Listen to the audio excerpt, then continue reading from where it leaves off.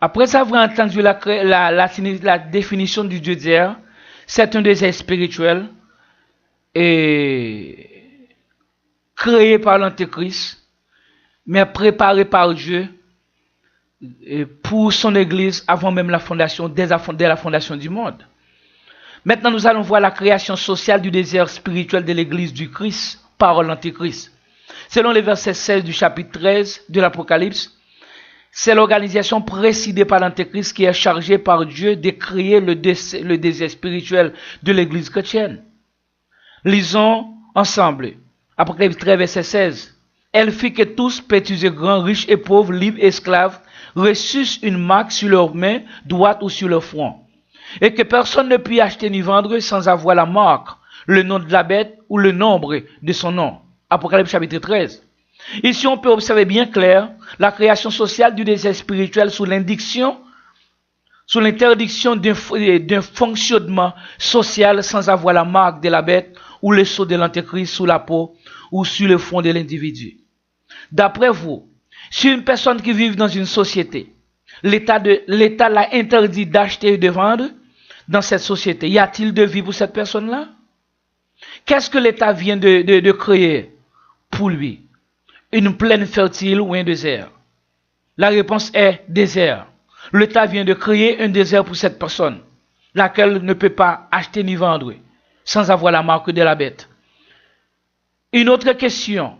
D'après le verset 5 de ce même chapitre 13 de l'Apocalypse sur l'administration de l'Antéchrist, combien de temps durera-t-il ce désert? Pour répondre, lisons ensemble le verset 5 du chapitre 13 de l'Apocalypse. Il lui fit donner une bouche qui proférait des paroles arrogantes et des blasphèmes. Et il lui fit donner de pouvoir d'agir pendant 42 mois. Réponse. Ce désert va durer 42 mois. Selon les versets 6 et 14 chapitre 12 de l'Apocalypse, combien de jours, d'années et de mois que ce désert spirituel va durer? Réponse. Ce désert durera 1260 jours, lesquels équivalent à un temps d'un temps et la moitié d'un temps, équivalent à 3 ans et demi, qui équivalent aussi à 42 mois. Ce sont les 42 mois de l'Antéchrist que Dieu nous a présentés en jour, en temps de temps et en moitié de temps, afin de confondre et de séduire ceux qui sont destinés pour la damnation éternelle. Dans ce désert spirituel créé par l'Antéchrist, beaucoup de nous, les chrétiens, les serviteurs de Jésus, les saints de Dieu, vont être tués par l'Antéchrist. Et son gouvernement, son organisation politique religieuse, et les autres de nous qui doivent rester jusqu'à la venue du Christ, seront jetés en prison par l'Antéchrist. L'ange de l'Éternel, à travers des gens, a catalogué cette incomparable souffrance ou la grande tribulation comme ça. C'est ici la persévérance des saints qui gardent les commandements de Dieu et la foi de Jésus. Apocalypse chapitre 14.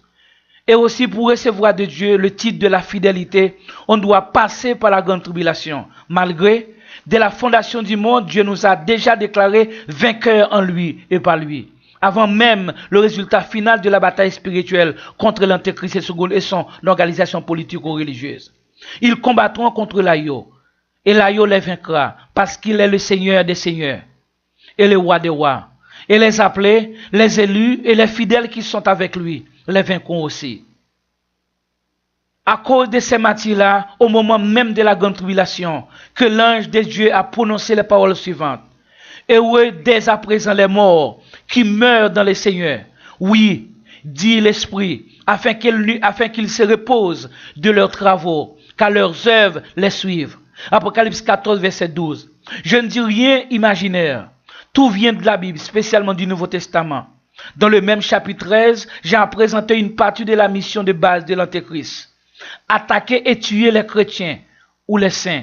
Le verset 10, l'opération continue. Tuer un groupe d'eux et emprisonner le reste jusqu'à la venue de Jésus. Les chrétiens ne seront pas en liberté ou n'auront pas pu se circuler parce qu'ils n'auront pas la marque ou le sceau sous le peau. Ce sera l'unique moyen de fonctionnement. Avoir la marque sur le front ou sous la peau. Ici, on peut découvrir le grand mensonge de John Nelson Darby et ses disciples qui ont pulvérisé le monde avec leurs fausses doctrines, disant que deux seront dans un lit, l'un sera pris et l'autre sera laissé. Et celui qui sera dans les champs ne retournera pas en arrière pour prendre ses affaires. En d'autres mots, selon eux, le jour de l'avènement du Seigneur, les chrétiens seront libres, circulant partout où ils voudront. Ces mensonges. Ils ont mal interprété les versets de Christ et notre Sauveur.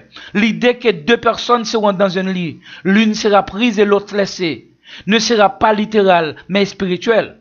Je suis arrivé jusqu'ici, c'était pour vous donner quelques preuves. Premièrement, que l'Église de Jésus-Christ doit être présente dans la grande tribulation, et deuxièmement, que l'épouse du Christ n'est pas composée seulement des païens convertis en Christ, mais aussi des Juifs qui sont devenus chrétiens. Troisièmement, que la femme de l'Apocalypse n'est pas ni Marie, ni Israël aussi, mais l'Église du Christ, ou l'épouse du Christ. Et quatrièmement, le fils de la femme du chapitre 12 de l'Apocalypse n'est pas Jésus, sinon chaque nouveau-né en Christ. La grande tribulation sera inévitable pour les chrétiens, pour les saints de Jésus-Christ. La pré-tribulation est purement fausse, est purement erronée, est purement inventée, sans fondement, fabriquée, contraire à la vérité, déloyale. Cela veut dire que la pré-tribulation n'est pas authentique, n'est pas réelle, n'est pas vraie.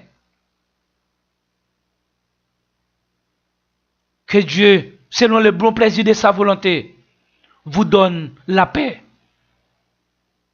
C'est bien votre frère Rue de Voltaire. Par la grâce de Dieu.